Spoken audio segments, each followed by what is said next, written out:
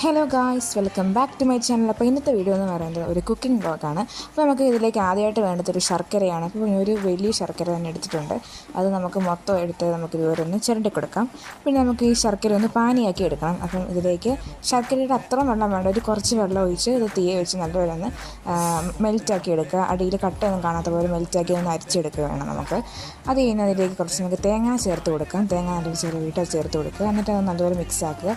അതിൽ അധികം വെള്ളം വരാത്ത പോലെ അതൊന്ന് വറ്റിച്ചെടുക്കുക. എന്നിട്ട് അത് ചൂടാറാൻ വെക്കുമ്പോഴത്തേക്കും നമുക്ക് കുറച്ച് അവലെടുക്കാം.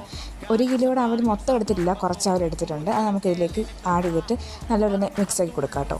പിന്നെ വേറൊരു പാത്രത്തിലേക്ക് നമുക്ക് കുറച്ച് നെയ്യ് ചേർത്ത് കൊടുക്കാം. അതിലേക്ക് നമുക്ക് കുറച്ച് പൊട്ട് കടല മേടിച്ചത് കുറച്ചിട്ട് ചേർത്ത് കൊടുക്കാം. വേറെ ഇതിൽ കാഷ്യൂനട്ടും അങ്ങനെ വേറെ സാധനം ചേർക്കുന്നവരുണ്ട്, നമുക്ക് ഇഷ്ടമുള്ള പോലെ നമുക്ക് ചേർക്കാം കേട്ടോ. എന്നിട്ട് നമ്മുടെ അവലിനകത്തോട്ട് ചേർത്ത് കൊടുത്തിട്ട് ഒന്ന് ഗ്യാസ് ഓഫ് ചെയ്ത ശേഷം നമുക്ക് നടത്തി കൊടുക്കാം. അങ്ങനെ നമ്മുടെ അവൽ വിളയിച്ചത് ഇവിടെ റെഡി ആയിട്ടുണ്ട്. ഇത് നെയ്യ് ചേർത്തില്ലെങ്കിൽ നമുക്ക് 1 മാസം വരെ സൂക്ഷിച്ച് വെക്കാം കേട്ടോ. അപ്പം വൈകുന്നേരം നമുക്ക് കാപ്പിയുടെ കൊടുത്ത് കഴിക്കാൻ അടിപൊളിയാണ്. ഒരു വെള്ളമൊന്നും പറ്റാത്തൊരു ജാറിൽ സൂക്ഷിച്ച് വെക്കുകയാണെങ്കിൽ നമുക്ക് അത്യാവശ്യം നല്ല രീതിയിൽ ഉപയോഗിക്കാൻ പറ്റും.